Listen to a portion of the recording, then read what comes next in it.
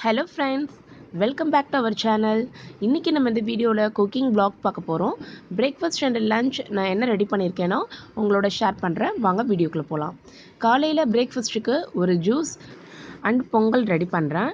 Juice வந்துட்டு ஒரு carrot, of beetroot, 5 பாதாம், கொஞ்சமாக இஞ்சி நல்லா ஸ்லைஸாக எல்லாத்தையும் கட் பண்ணி அதை நல்லா தண்ணி விட்டு அரைச்சி எடுத்துக்கிறேன். இந்த வேஸ்ட்டு வந்துட்டு நான் ஃபேஸில் அப்ளை பண்ணுறதுக்காக எடுத்து வச்சுருக்கேன். இப்போ ஒரு டம்ளர் காய்ச்சி ஆற வச்ச பால், இதை நான் ஒரு 1/2 hour ஃப்ரிட்ஜில் வச்சு எடுத்துருக்கிறேன். இதையும் நான் மிக்ஸ் பண்ணிவிட்டு இதோட ஒரே ஒரு ஸ்பூன் நாட்டு சர்க்கரை போட்டு ஆட் பண்ணியிருக்கேன். இப்போ பாருங்கள், என்னோடய ஜூஸ் ரெடி ஆகிடுச்சு. கேரட், பீட்ரூட், இஞ்சி, 5 பாதாம், அவ்வளோதான் ஃப்ரெண்ட்ஸ். இதில் லெமன் வேணும்னாலும் ஆட் பண்ணிக்கலாம். நான் லெமன் ஆட் பண்ணலை.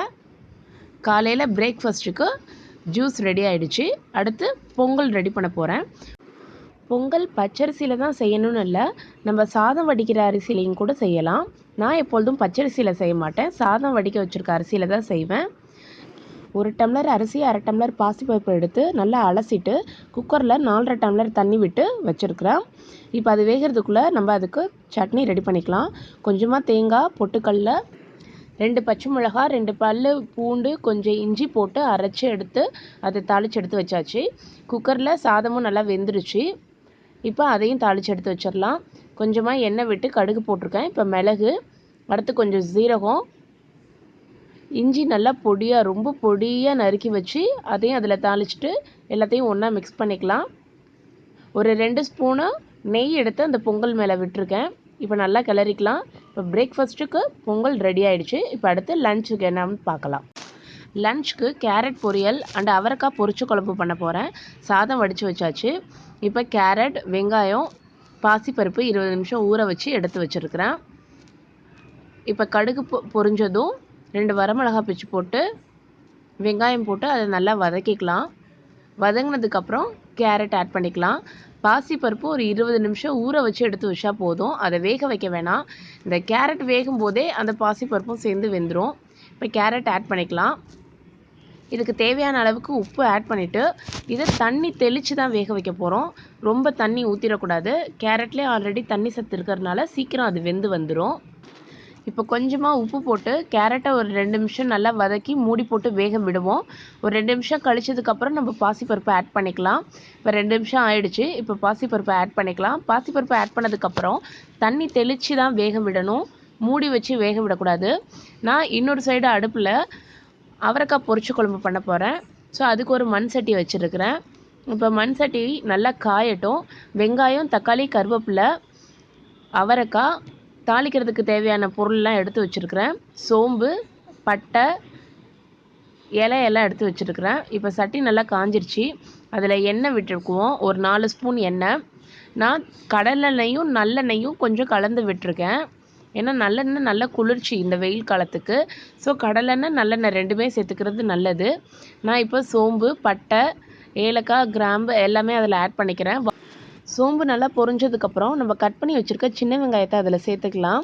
சின்ன வெங்காயம் உடம்புக்கும் ரொம்ப நல்லது, குழம்பும் நல்லா டேஸ்ட்டாகவும் இருக்கும். சின்ன வெங்காயம், கருவேப்பிலை சேர்த்து நல்லா வதக்கி விட்டுருவோம்.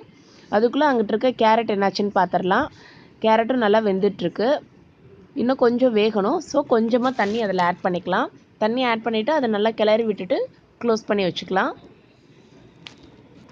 இந்த பொரிச்ச குழம்பு வந்து கீரை போட்டும் செய்யலாம், அவரைக்காய் செய்யலாம், அவரைக்காய் பொரிச்ச குழம்பு செய்யலாம். இதே மெத்தடில் முருங்கைக்காவை போட்டும் முருங்கைக்காய் பொரிச்ச குழம்பு செய்யலாம்.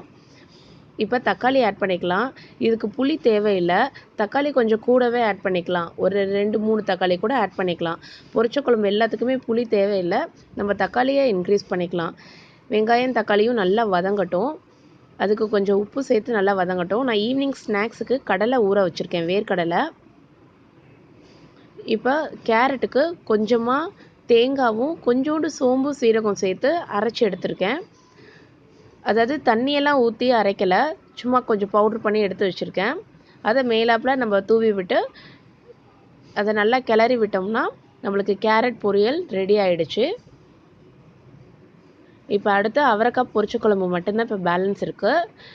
மதியம் லஞ்சுக்கு சாதம், அவரைக்காய் பொரிச்ச குழம்பு, கேரட் பொரியல். ஸ்டவ்வை ஆஃப் பண்ணிட்டேன். கேரட் பொரியல் வேலை முடிஞ்சிருச்சு. இப்போ பொரிச்ச குழம்பு மட்டும்தான். தக்காளி நல்லா வதங்கட்டும்.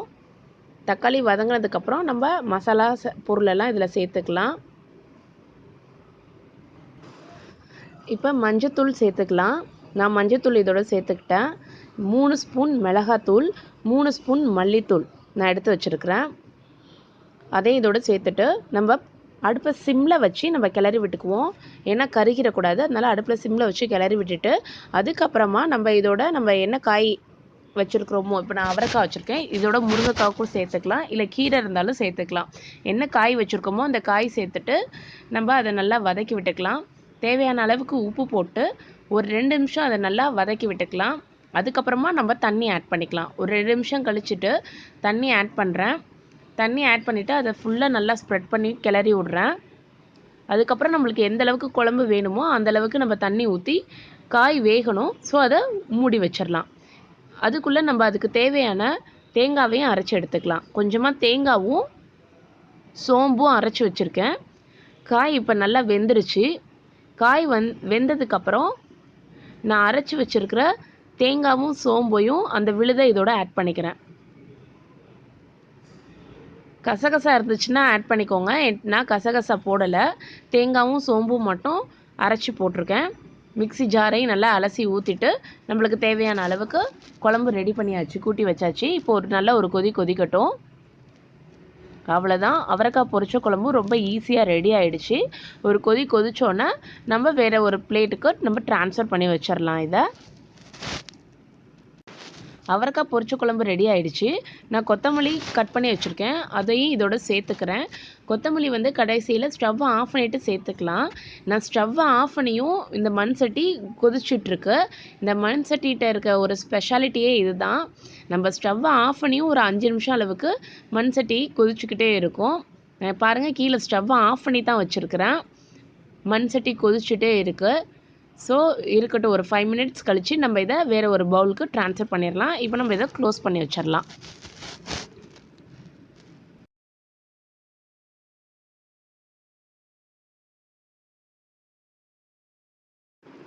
லஞ்சுக்கு அவரைக்காய் பொரிச்ச குழம்பு, கேரட் பாசிப்பருப்பு பொரியல், சாதம், இதுதான் லஞ்சுக்கான மெனு. நான் ஈவினிங் ஸ்நாக்ஸ்க்கு வேர்க்கடலை ஊற வச்சுருக்கேன். ஒரு 4 o'clock போல் அதை வேக வச்சிடலாம் அப்படின்னு சொல்லிட்டு. இப்போ ஒரு 5 மினிட்ஸ் கழித்து நம்ம மண் சட்டியிலேருந்து அந்த குழம்ப வேறு ஒரு பவுலுக்கு ட்ரான்ஸ்ஃபர் பண்ணிக்கலாம்.